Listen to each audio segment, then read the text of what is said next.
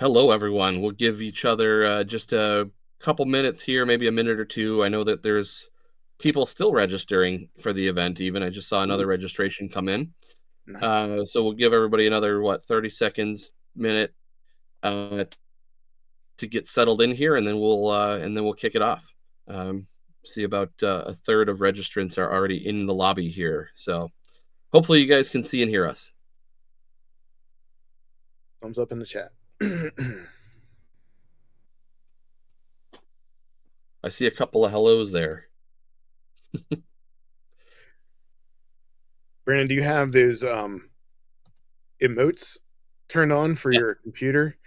I always trigger those like by accident. I'm Italian. I speak with my hands, so I'm like always sending balloons and confetti to people during the middle of the meeting. That's funny. Yeah, I've got some colleagues that do that too with Apple, right? I think it's an Apple Yeah, feature. Apple has that. Yeah, Yeah, I see my own ability to thumb up here. So hopefully that's working for everyone there. Yeah. So, we even got another person registered. There we go. look at that. More people registering as we speak, which is great. But y'all are sitting there probably wanting to get started. So it's 2 minutes in. Um, I guess I can take it away here. Let's do it. Good afternoon, everyone. Welcome, and thank you for joining us today. If this is your first time engaging with Safety Nights, we're the only social and resource platform built by and for safety professionals. No corporate spin, no fluff, just real conversations, shared challenges, and the kind of support that actually helps you do your job better. We host webinars like this to bring in voices from the field, people who don't just talk about safety strategies, but actually build and live them every day.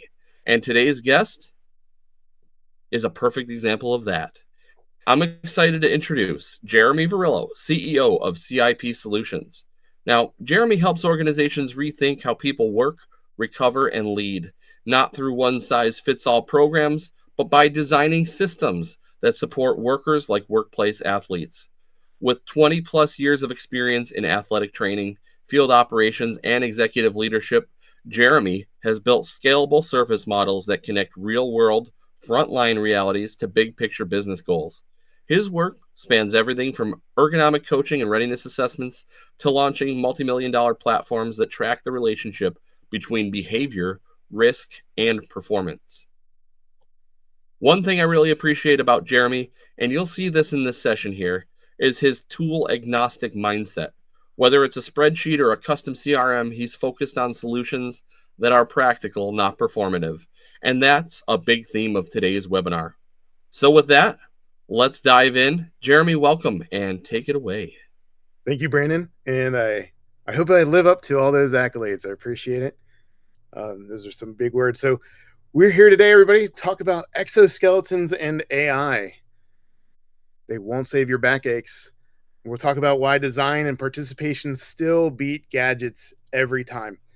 We've all faced this, right? Every few years, something new comes along that promises to change the landscape of safety, ergonomics forever. The back braces in the 90s, the stretch and flex programs of the early 2000s. Well, now exoskeletons and AI are here, and they're promising to make workers stronger, predict fatigue before it happens, read posture in real time. It sounds like the future is here. But the future of ergonomics, it's not about adding more tech, it's about designing less risk. We can measure posture down to the millisecond, but still not fix it. So if you lead safety, ergonomics, or operations programs, I know we have a variety of folks here attending the webinar today. You've probably been asked about exoskeletons or AI. You know, AI is kind of everywhere now. It's the big shiny new tool. They're impressive, full of promise, but the question is, does it really prevent injuries or is it just creating operational efficiency? So that's what we'll unpack today. We'll look at the tension between that innovation that looks good, the one that your CXO wants to implement, and compare it to the systems that we know actually work. So we'll spend about the next hour or so exploring what exoskeletons and AI can do, what they can't, and what the research says about where they truly fit into your program. Now, as Brandon kind of alluded to, I'm tool agnostic here. I'm, that skeptic Northeast personality from Philadelphia. I'm not here to hype up technology, but I'm also going to be real. We're not going to dismiss technology either. We're going to look at that hard facts of what's been tested, what's been overstated, and give you some insights onto how to guide your discussion and make smarter decisions in your own operation. So, our goal today is to help you walk away with 4 key takeaways. We want to show the real evidence based wins of exoskeletons and AI. We want to show the limitations that of those systems that research continues to expose. We'll talk about how hazard elimination always beats augmentation, and how participatory ergonomics paired with design standards still define what's best in your program. So, a little bit more about me. My name is Jeremy Varilla. I'm the CEO and founder of CIP Solutions. We are a health, wellness, and ergonomics firm that specializes in applying the sports medicine principle to the workplace. That is, preventing, recognizing, and recovering from injury. My background as a licensed athletic trainer and performance specialist gives me that athletic lens, that sports medicine lens on how workers move, recover, and stay ready to meet the physical demands of work. We work in a variety of industries, mostly with utility construction and manufacturing companies across the United States to help prevent those musculoskeletal injuries before they happen. Our approach is built on that straightforward idea that workers are athletes to be developed. And that's how we approach things. My team and I coach crews on site. We design job specific warm ups and conditioning programs, but we also look at the ergonomics and the constraints of the job and how can we improve the layouts as well. So we attach it from both sides of fitting the worker and fitting the work. We focus on readiness, resilience, and ergonomic confidence. Those are some words you're going to hear us say throughout the seminar and our programs. This results in our clients going beyond just compliance of identifying the hazard to their employees, but we want to create better environments so that our employees can stay in their careers longer. And that's been our driving force for the past 20 years. We've helped shape how companies think about workforce health, not just by applying a checklist or an app, but through that evidence-based coaching, participatory ergonomics, and driving real change based on trust and collaboration. And that's who we partner with today, those leaders who want to build that confident workforce so that they have resiliency built in from what we say boots to suits. Everybody has a stake in this game we're playing. So that's a little bit more about me. And now what you're here for, let's dive into it. First up, let's talk about some exoskeletons here. So just so that we are all on the same page, you've probably seen exoskeletons. You probably have an idea of what they are, but just to kind of level set that conversation, the actual definition is a system that augments, enables, assists, or enhances physical activity through mechanical interaction with the body. That comes directly from the ASTM. Essentially, they're just wearable devices that physically interact with the body to support or enhance movement. They're designed to take off some of the load from the muscles or joints while you're performing a physical task. Most of your industrial exoskeletons are going to use a lightweight frame of aluminum, carbon fiber, or some sort of reinforced plastic. They can be worn on the back, shoulders, or legs. This one pictured here is a little bit overkill. And you'll see why in a little bit. I'm going to explain where some of these images came from. But they work to limit motion or share the load, especially during lifting and overhead reaching tasks or any sort of posture that's going to be held for a while. We have passive systems and we have active systems. Passive systems are mostly just like potential energy based. They capture elastic elements and they release or store that energy. Active systems have motors involved in them. They create their own little issues there, but they provide additional torque for very force heavy tasks. When you think about where these tools came from, they actually kind of born out of the military and rehabilitation research. And you can kind of think about that. Uh, they were really designed to help soldiers move inventory from camp to front lines quickly and efficiently. You're in theater, you don't have a lot of time to deal with injury or to make sure everything is ergonomically enabled. And then you have soldiers coming back that need assistance doing activities of daily living. They need a prosthesis or they need additional support on their joints. So there's a lot of research that came out on how to do that. And as things do, come from the military and into operations because suddenly we have a lot of research and dollars and things are more prolific. So over time, they made their ways and have found their way into warehouses, factories, utilities. And if we just look at the global market for exoskeletons, it went from about $68 million in 2014 to now it's expected to hit about $2 billion at the end of 2025. That's a lot of money behind it. Kind of means that like you're going to see a lot more sales reps pushing these products. There's a lot of money in that market. So we need to have a clear mind when we're coming into these wearable ergonomics.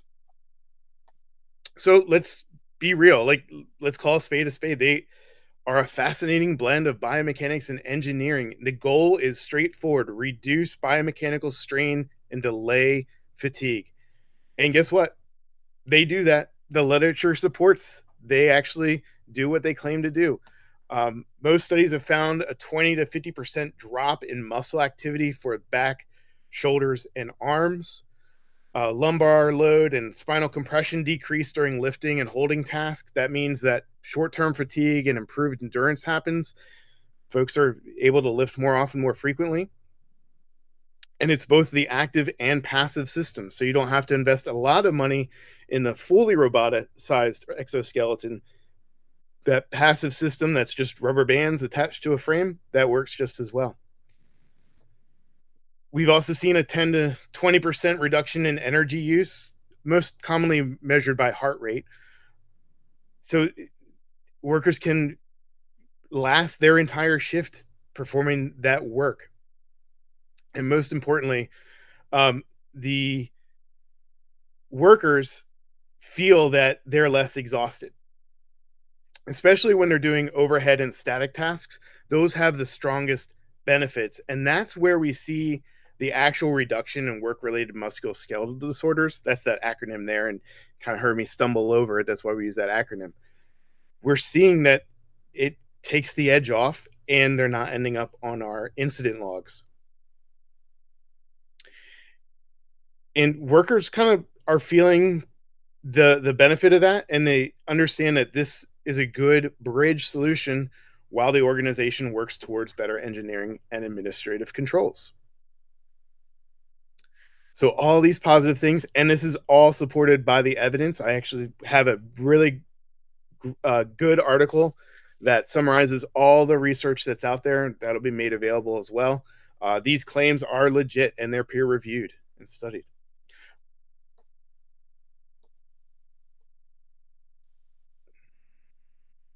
So I have a few here that we want to look into, and I just want to take a step back first. This comes from peer reviewed literature. I have experience with one of these that I'm showcasing today, but I don't want to. I'm not receiving any money. I'm not. This is not sales anything at all. Full disclaimer: no financial benefit in this at all. These are just some that I pulled out from that meta-analysis I talked about. So this is the HeroWear. I think they call this one the Apex. This is a passive system using bands anchored like a safety harness. You can see here, this comes directly from their website. The study found an 85% reduction in low back. EMG is just how active the muscle was. That's the measurement tool. So low back was firing 85% less often during lifting and lowering tasks. And this study had 20 adult participants using multiple brief material handling tasks. And the participants largely reported they felt that it was mildly to moderately helpful in their daily tasks. Not too uncomfortable for them, There was some fit issues that they had, but this one it seemed pretty legit. I would recommend going to their website, and they have a bunch of videos that are kind of longer form for this platform, but you can kind of see it in action.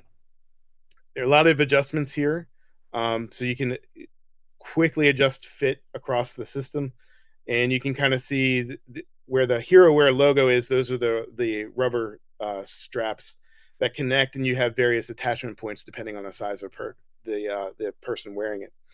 So some pretty cool things here. Um, Keep this image in mind as we talk about some of the limitations. You can see like how this may interfere with a safety harness. Um, I don't want to get too far into the limitations to steal my own thunder, but just keep that in mind here. But hey, legit, it found it 85% reduction in low back use. Another one I pulled out here was the Levo. This is another passive exoskeleton supporting trunk and flexion and hip extension. You can kind of see the steps a little bit differently. Here it's more girded around the hips and really focusing on that low back torque exchange. They found that there was a 28% reduced peak activity of the trunk extensor muscles. It's just jargon for the low back, the core. Um, Kind of the same thing as the previous study. It's effective. It reduced that peak activity. So our folks are going to be less exhausted at the end of that task. They had 18 adult participants performing lab-based simulations of repetitive tasks. So no real world situation like the previous study. And participants, they felt that this positively affected their own perceived exertion, which is really important as you're understanding how the body reacts. That perceived exertion, we're really good at understanding how taxing a physical demand is or an activity is, and paying attention to that will help you understand your logs a little bit better. So limitations on this study, this was just a 2-hour training session. It wasn't like an 8-hour shift, and they were doing simulations of repetitive tasks. So there may not be this exact carryover to your real world situation. But again, this is taken right from their website. You can go look them up. Take to note some of the design here. You can see the upper body um, harness is kind of like that old or that mid-fashioned life preserver, which may create some comfort issues, especially for more curvy individuals, myself included. That waist may not fit around too comfortably for me. And last up, we have the Airframe by Levitate. This one I do actually have experience with, and this is mostly an upper body, a shoulder exoskeleton designed to take the edge off of overhead reaching tasks. And they found that there's a 34% reduction of deltoid muscular activities. And that deltoid is the muscle that caps on the shoulder that helps you perform those overhead reaching tasks and helps you sustain that overhead reaching task. They, in their study, looked at 19 adult participants performing work in a controlled treatment environment. So they had half their participants not wearing the suit, the other half wearing the suit, and they compared the EMGs, and that's where they got the 34% reduction. They wore the suit several times, and it just kind of said that they become accustomed to it. So speaking from my own experience with this, we did pilot this with one of our clients. The brand, this was with Fleet Mechanics, and you can think of they were changing oils and I think doing some undercarriage work. I think on brake line systems, what we were looking at, and so it's a lot of overhead activity. And the brand new employees learning that task loved it. They were like, "Oh yeah, this totally feels better. I'm not feeling sore at the end of the day." We didn't even get through the pilot before our veteran employees kind of shamed them out of wearing that device, and the new employees didn't like feeling that they were being singled out and wearing this device, and they saw like, oh yeah, it's helpful, but I just don't like the environment we're in. So another limitation of the exoskeletons, but it works. It does what it says it does, and we're going to get to the limitations a little bit later. This one, I went to their website recently, and it is defaulted into a different language. I don't know if that's a relic from the AWS hiccup that we had on Monday, whether their website just kind of got caught in a uh, some sort of state that they don't intend. They're based out of San Diego, so I don't understand why it's in a different language. But I would just kind of visit that site with caution right now. I am going to reach out to them and understand. I haven't heard back. So that's Airframe. Those are 3 exoskeletons. They're certainly not all the exoskeletons that are out there on market. They're just 3 that I pulled out from that study. The study looked at, I think it was over 40 different exoskeletons, and was able to validate their claims. So that's the positive from exoskeletons. Let's talk about the other shiny new tool that's out there: artificial intelligence, AI. It's everywhere. And full disclosure, I'm a power chat GBT user. I really is helpful. It helped me generate some of these images. That's why the exoskeleton looks a little ridiculous from the previous slide. AI generated this image for me. Um, it helped me organize a lot of this presentation. It is a very, very useful tool. But what is it? Is it just a large language model like ChatGPT? It's really more than just that. It is using the computer system to learn from data, to collect data, to clean data, to recognize the patterns within that data, to help you make decisions or predict outcomes with real minimal human input. Growing up, I grew up in the Terminator era, right? So it's like AI is evil, Skynet, stay away, you know, protect John Connor at all costs. Um, that's not really what we're talking about. AI is not self-aware yet. But what we're really talking about here is helping to collect data, interpret that data, and help us with decisions. It can be the large language model. It can be a simple linear regression model. It can be a neural network. It can be, we're going to look at computer vision assisted technologies. We're going to pull out 3 videos when we look at it. But that's really what AI is used for. So, how are they used in safety and ergonomics? Well, it's really um, enhancing your safety observations in your safety data collection. That's where AI is really going to help and support your program, and that's where the evidence is shifting. The computer vision technology came out of the sports world. There's a lot of money behind making sure that your athletes are working as efficiently as possible, not just to avoid injury, but to win games. There's a lot of money behind that. There's a lot of tools out there, and a lot of this computer vision came from the sports world first. And now they're coming into any body motion environment. So you can think of your warehousing, your manufacturing, your utilities, your construction. They capture motion using like a pose estimation algorithm. It measures the different joint positions and paths, and then applies standardized ergonomics tools like your Rula, Reba, those 2 most often. Some of them will put the NIOSH lifting equation in as well. And I think you can customize or train on other processing. But it runs those assessments in real time in the background. So you end up getting a time series of your Rula, Reba, NIOSH, or NLE instead of just that snapshot in time. And that's really one of the benefits as we look at a use case that we realized having that time series data improved our interventions than just having a snapshot of an activity. Some of these systems will combine with wearables.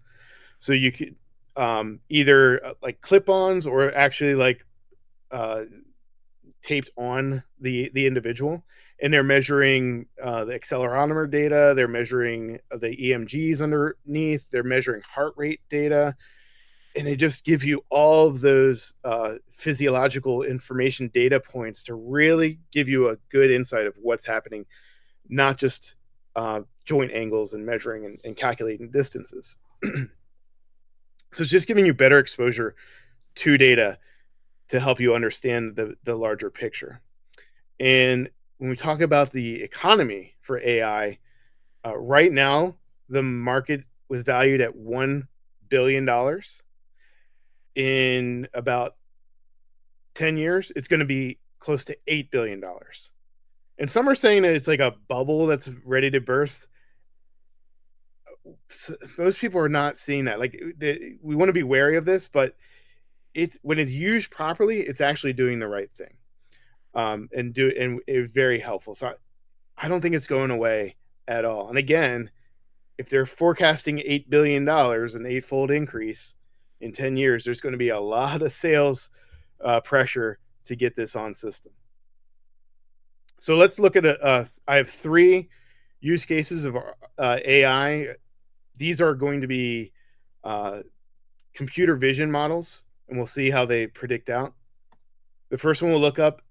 Um, sorry. Before we get to the use cases, we'll talk about what the data is actually saying. So these are peer-reviewed studies. Unfortunately, we don't have like peer-reviewed studies that proves it reduces work-related musculoskeletal disorders yet. I think those studies are coming, but the technology is so nascent. A lot of the studies are just worried about whether they're accurate. Uh, how precise can we get?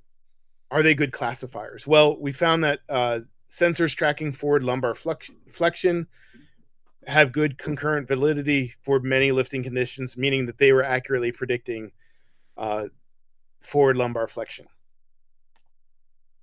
Another study found that surveillance systems in control tasks are accurately predicting what they're claiming to be able to predict. They're showing proof of concept that overlaying risk modeling automates and automating ergonomic scoring. Um, they are accurate when compared to human observers. And then another place where AI is coming into is sentiment analysis for your safety observations. So instead of giving or having a safety observation card or form where you're creating a structured data, um, and people have to select from lists or fill in a bubble for whatever risk it is, um, they can just write their own thoughts. They can write their own observations, and AI can parse out and clean up that unstructured data. In many ways, it removes um, bias from that. So if you're setting up a form, you're actually introducing bias to that form because you're limiting folks. And there are some ways to get around that, but if you're limiting choices, there's just inherent bias to that. If you give people an open form, you're helping to remove that bias, and you can actually overlay AI to help people write those forms. Like, hey, you missed this kind of critical piece of your observation, can prompt them for that. So that's where AI is coming up, and that's where it's been validated in the literature. So what we do see where there are outcomes studies, it shows that there's a short-term reduction in those adverse postures, like immediately after feedback. We're seeing a lot of this in the training environment. So folks are just learning the task at hand. They're getting sensory biofeedback from the device that they're wearing or the video capture. They can self-correct their posture, and that carryover is immediate. They will remember the proper form. However, we don't know how long that lasts yet. We also notice that if you give a long enough time series to AI surveillance systems, it better it's better trained on at-risk postures and has better outcomes. So on the long term, it has effect on identifying and classifying risk, but whether that shows up on the log or not, that's yet to be seen. So that's where we are. I have some videos here. This is Intense Eye. Full disclosure, they are a sponsor of Safety Nights. I've had conversations with them and got this from their website. Unfortunately, my video does not auto loop. So we're going to look at this again. And you can see a worker's coming up, stooping over, and the system alerted trunk position. that alert goes into the back end and can help the safety professional review, prioritize, classify where this happens. The worker themselves don't actually get an alert. It just goes back into the back end.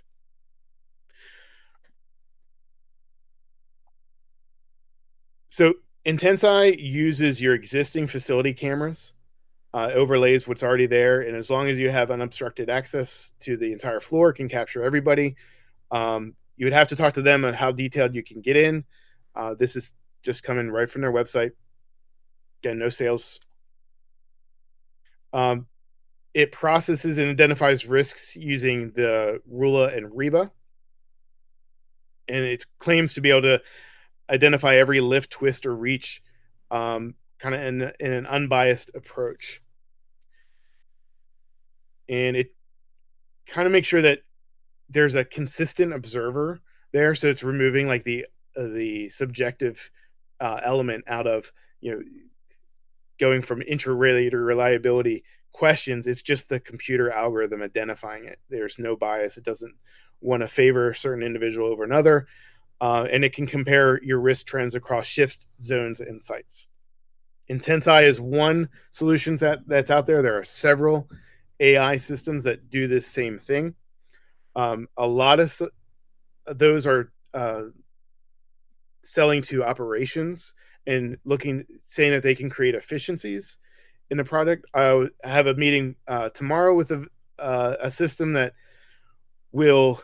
It's based out of how the package is itemized and optimizing where the different uh, items in a pick are sorted, and then bringing that back out to the field and not only optimizing the path the associate takes to pick the items, but also where the items are on the shelf to minimize create efficiency. It's sold as, but it does eliminate risk exposure.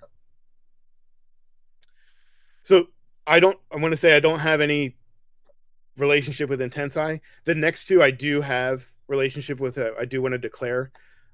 Um, this is Three Motion AI, and this is Brandon Gonzalez. He's an employee of mine. He's bowling. This is a fun event. We got a opportunity, had a agreement with Three Motion AI to play around with their software a little bit. We had a employee engagement event at a bowling alley, so we decided to play around here. I think Brandon is in the chat, helping to answer questions and monitor that for you. But you can see how it's motion capture system identifying the joint angles in 3D, and it'll highlight at-risk positions here. I can load in the weight of the bowling ball, and it'll increase or decrease the risk here. It'll bring in that force into the equation. Three Motion AI is actually the only one that has been proven to identify um, accurately within 3 percentage points a 3D body in motion. Most often, all the other ones are great in 2D. Three Motion is exceeds everybody in 3D.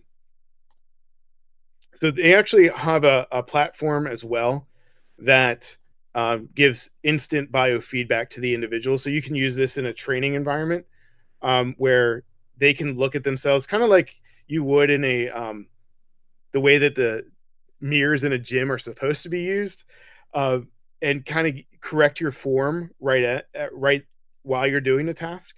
And you can use it as a health professional like myself can identify some hot zones, like you might have seen his shoulder hit red here, and if I added the weight of the ball, it probably would stay red continuously. And we can talk to Brandon about, hey, what are some recovery strategies for that shoulder.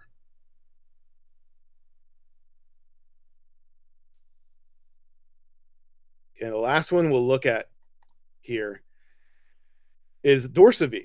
Dorsavi combines both video input with wearables. So this individual who's carrying this rotary drill is wearing 7 sensors underneath his uniform here. They were put on by the Dorsavi rep. So what he's doing in this task, I know it's a little bit hard to tell from here, but he's carrying a rotary drill from this end of the concrete platform to the other end. And we asked him just to do it the way that he would do it in real world, not pretending like he's not going to be judged. No, just do it the way you would do it. And the Dorsey was actually able to put this time series data together for us. So they map it to the video so you can watch in real time as he's traversing this concrete slab, his muscle activation in the shoulder, left and right. So black is left and red is right. And you can kind of see how the muscles are activated here. And I clipped it just for 7 seconds, but it's his whole carry as he's going back to his vehicle. So that really gives us some really good insight into real-time ergonomic uh, strain here. They have a vSafe platform that will translate this data into real-time feedback, much like the 3Motion AI we just saw. You can give them that real-time feedback and a report at the end of the day to interact with them. I mentioned it has wearable sensors, you capturing that live posture movement. Dorsav claims that they have a 30 to 40% reduction in musculoskeletal injuries. They have several case studies. They're out of Australia, and they've worked with several utilities, construction firms, warehouses, manufacturing across the system. We found that in this study, it actually helped us identify the underlying stress. Where you think about this task, it's a rotary drill, about 60 to 90 pounds. That's a heavy lifting task. We're going to be focused on the back and shoulder, certainly. Another component of this task that we looked at was the actual drilling itself. And the purpose of this study was to compare two different rotary drills. One had a frame that anchored the drill to the environment that you're drilling, and then this other one, a standard freeform rotary drill. We were able to identify that there is actually a lot of shoulder activity that we were completely blind to because it was generated by resisting the inertia of the rotary drill. If you can think of having to hold that drill against its inertial moment, trying to whip around, that created a lot of shoulder activation that we're completely missing in our analysis, just real world observation. And we're able to prove that the frame-based rotary drill had less ergonomic strain to the worker. So looked at exoskeletons and AI, show you some real world pictures of those. Question you're all here for: do these things actually work? And I'm a fan of The Simpsons. I love this quote, probably quote it more often than I should, from Reverend Lovejoy. Short answer, yes, with an if. Long answer, no, with a but. Short answer, yes. If you match them to the right task and duration, they will work. We saw that. That's what the literature says. Long answer, no, they don't work. But only if you think strapping on an exoskeleton fixes your bad design. If you're not addressing the design or the risk in itself, you're just putting a Band-Aid on, you're not addressing the actual ergonomic problem. They're a tool for your prevention program. They're not a ticket to bypass ergonomic principles. So let's look at these limitations. With exoskeletons, they shift the load, but they don't eliminate the hazard. Some of the user reports we've heard is that long-term comfort directly affects adoption. Most of the field studies call out that there is a drop-off in use after a few hours or definitely after a few days. And I relayed that story to you when we looked at that one airframe where users wanted to use it, but there was some peer pressure that they looked silly, they looked like robots, and they didn't want to use it anymore. So it's not just the physical comfort, but it's also the psychological comfort and creating that psychologically safe environment as well. Something else to consider is that these exoskeletons are designed to move in a singular plane. I think this is why I like the HeroWare a little bit more than the other ones, because they do allow for dynamic movement. although there's no shoulder attachment there, so that's something to consider. But if you have one that's limiting motion to one plane, you think we can move in three, we can bend forward, we can go side to side, and we can twist. If you remove two of those planes, then your dynamic tasks are going to be limited, and it could actually end up with some compensatory movements, and then you're dealing with a whole other set of problems. And people are going to look to the exoskeleton as a hazard and not a tool or a help. Uh, we also looked at another aspect of fit, not just comfort, but like how well can you fine tune or fine adjust for the different body types. I mentioned that kind of one limitation with the um, Leve was that kind of looked like that life preserver vest. That could be uncomfortable for a large population here. And you've probably already seen this with your PPE. If it's not comfortable, if it doesn't fit, your larger individuals and your more slender individuals are probably going to have a problem, and you're going to end up with a, just like with your PPE use, an adherence compliance issue. And then think about your dynamic tasks again. Are you asking people to don and off these exoskeletons every 5 minutes or so just for this task, but not for that task? You kind of have to see how it fits into your workflow, and we'll get to how to implement them as well.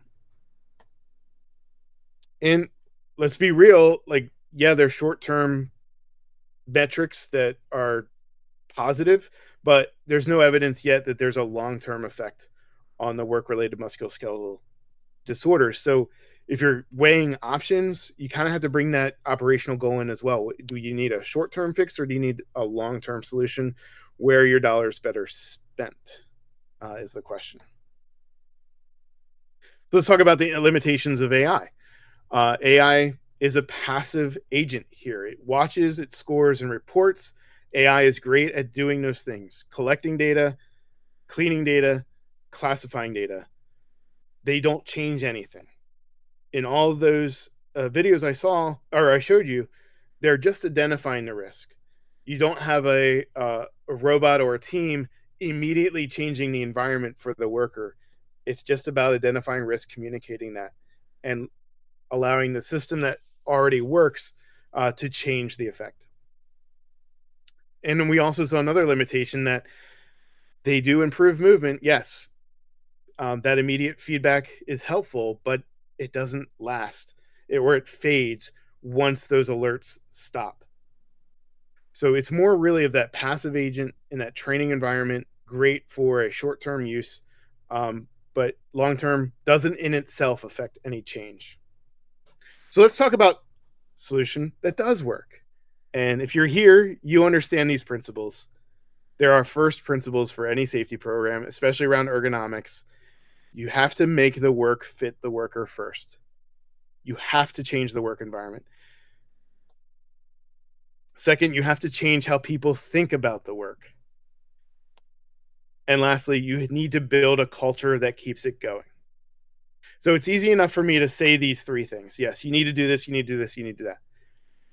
How do you do that? Well, first is approach design, prioritize the physical changes. You've seen these pictures before. They're right from OSHA. You understand power zone. You know that most of the work has to happen in this red power zone area. Once you get into that danger zone above or below, you're asking for risk. You're inviting risk here, asking for trouble. Reach envelope down below. You understand that tasks have to be there. So how do we get there? You have to change that angle, force, or frequency. You have to measure it. And this is where, instead of hitting your TIR and your lagging indicators, your darts, all that fun stuff, get into your leading indicators. Identify counts of posture-based task redesigns. Show how you've eliminated awkward postures, and then tie it back to operational efficiency. That's what really drives the money. When you can show that, hey, we're redesigning this task to eliminate awkward postures so we can make the work more efficient, that will drive change in your organization. You want to count the number of reduced lifts, pushes, and carries. Again, beyond these thresholds that we've identified. Um, and again, drive it back to tie it to operational efficiency. These are getting ahead of the risk. This is how we've changed our plant. This is what these leading indicators that we want to get ahead of. Um, we want to count the number of implemented mechanical assist tools and adjustable workstations. And then you can bring in some of the fit the worker mentality, some of the participation in pre-shift warm-ups, stretch breaks, or conditioning programs. This from the NSC, that's how they kind of capture this physical change is both work and worker. But you need to show how many workers are actually like engaged in your health program to show that um, it's coming from both sides. It's not just a pre-shift warm-up problem. We do need to change the work environment as well. Our second step is to train workers to think differently. When you build their ergonomic IQ, it turns their awareness into ownership, and you can get them involved here. And these next two tie in together. They're not as distinct. So the way again you measure this is counting documented coaching sessions where a worker reports adopting a safer, more efficient technique, and this is that value-based engagement that's hot out there, and making sure that the worker is tied back to the coaching session, and then count the number of people that are attending an ergonomics, safety leadership, or change management training designed around your safety systems. Again, these are to populate your dashboard to bring up to your C-suite and your leaders to show how active and healthy your safety program is. And then lastly, you want to create that culture. You want to create a participatory environment. I know there's like this debate going on right now with culture versus climate and all that fun stuff. And is culture really a thing? If it weren't a thing, it wouldn't still be talked about. There is a psychological component to safety and workers. When you have humans on, you can't ignore the human element that is psychological safety. You have to get them involved, and you have to do that. You change the narrative from who got hurt, get off TRR, get off DART, forget who got hurt. You want to identify and celebrate who got heard, and that is from a couple of the slides previous talking about the who are the workers that identified issues and how do we change them. You can also send out the count of ergonomic or safety communications and the count or layout or workflow redesign that workers asked to be a part of or asked to change bubbled up. And that's how you get ahead of these lagging indicators. And if you're on this call, this should be familiar to you, and hopefully I gave you some of helpful points of like what to call out specifically. But let's get back to the topic at hand. How do exoskeletons and AI actually fit into this prevention program? Exoskeletons belong in a non-enabling situation. What I mean by a non-enabled, that's where despite however like the associate wanted to perform the work safely, they just couldn't. They were prevented by their environment.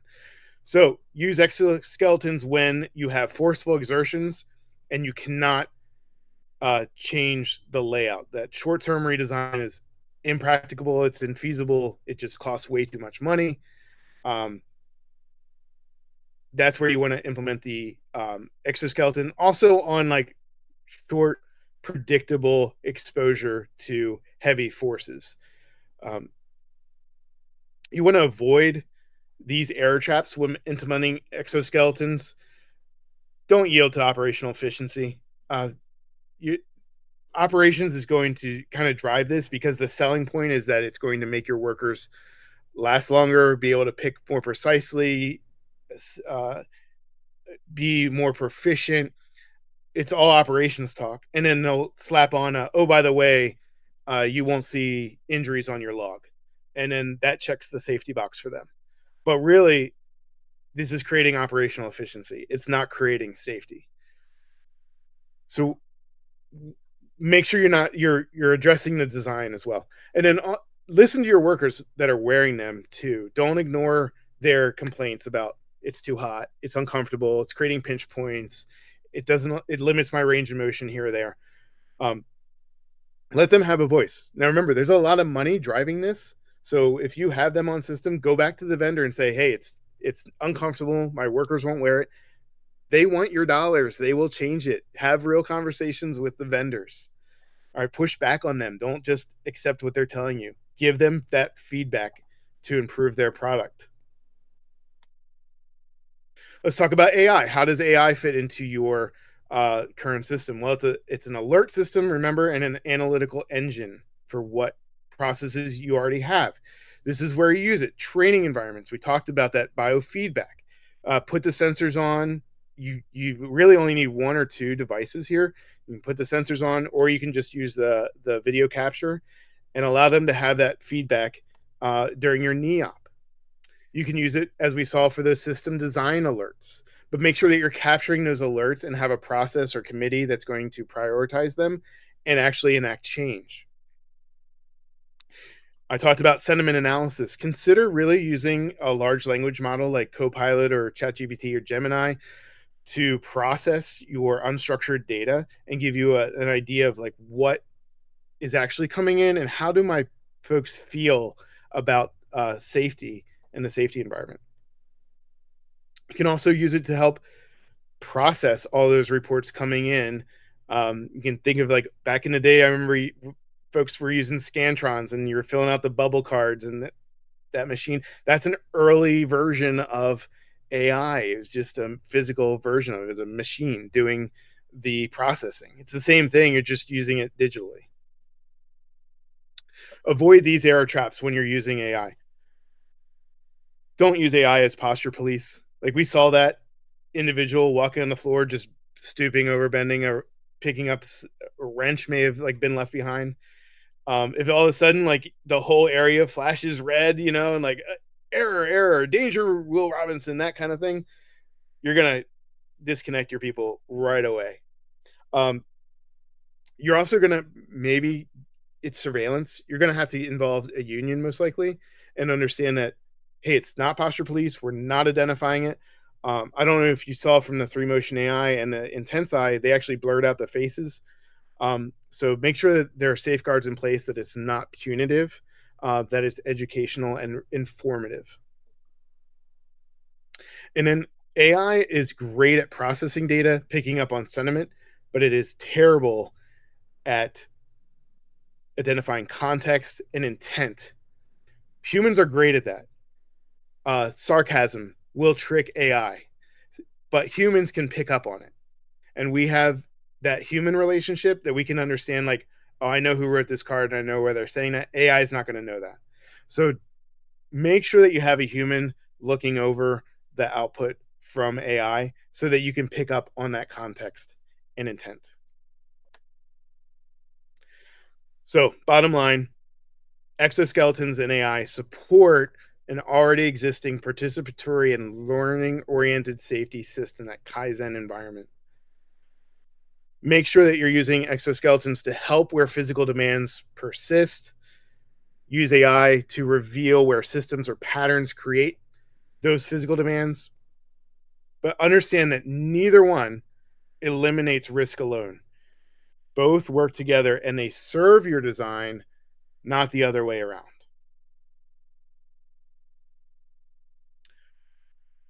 Okay, now I'd like to open it up for some QA. Brandon, I don't know if you can come back and do we have any here? How's the chats going? On cost, Vince, they can be a couple $100 to a couple $1,000. You'll need to kind of work with the vendor there. Nobody had cost on their websites, so that may tell you something about it. And I know that there were some kind of minimum purchases. I think the Apex, it was like a minimum purchase of like 10, which isn't so bad, but the next step up was like 100. So there you go. Okay, Levitate's website's been down since June. Yeah, so they may not exist as a company. Right? at all.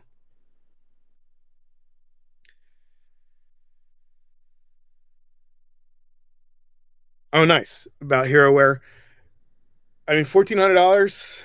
It's a little steep, but um, a good ergonomic chair is going to be about that price range.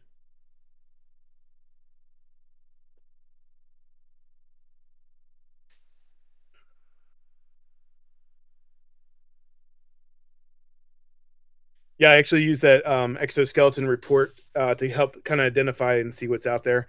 And I'll post a link to the peer reviewed journal. It's actually open access. It has makes and models of all the units that they looked at and pulls out all the studies and the claims and what was verified or not.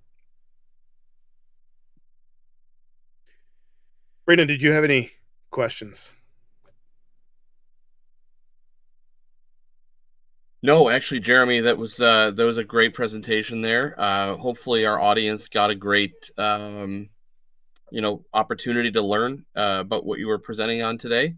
But what I will say too is, this was being recorded, and the full recording will be accessible. So I realize that some of the people that registered maybe didn't weren't able to pull away and get in on the presentation. So it will be live on the Safety Nights website as well as our YouTube channel uh, within the following days here, and we'll be able to do that. I know, Jeremy, you had mentioned a couple of giveaways. We can make sure that we send that information out to registrants as well here today, Yeah. so that hopefully that can help to really drive their ergonomic processes within their facilities as well. Yeah, just a quick note on that. So we're offering a free warehouse risk snapshot, and that's normally a $600 assessment that kind of walks through one of your pain point jobs and help get some SME to look at that. We're offering that for through a partnership with Safety Nights, and for those that are attending the call today, take advantage of that. Then we have an ergo program, like a starter kit. Um, actually, the program kit, excuse me, is usually a $400 package from us, and um, that is free to attendees today.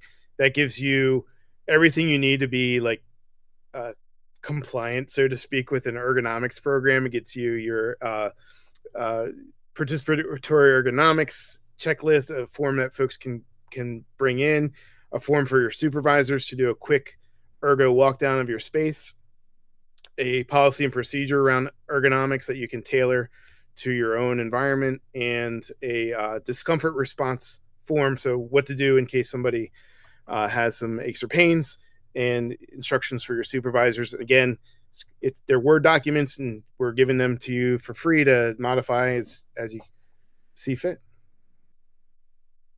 Beautiful, Jeremy. Well, I know we're almost up against time here. It's almost the top of the hour. Yeah. But for everybody who wants to see the recap on this, as well as other content that we have, go on www.safetynights.com. Feel free to sign up for if you're not already signed up, and it'll be up there for you within the coming days. All right. So great to see everyone. Thank you, Jeremy. Thank you, Brandon. Have a great day. You too.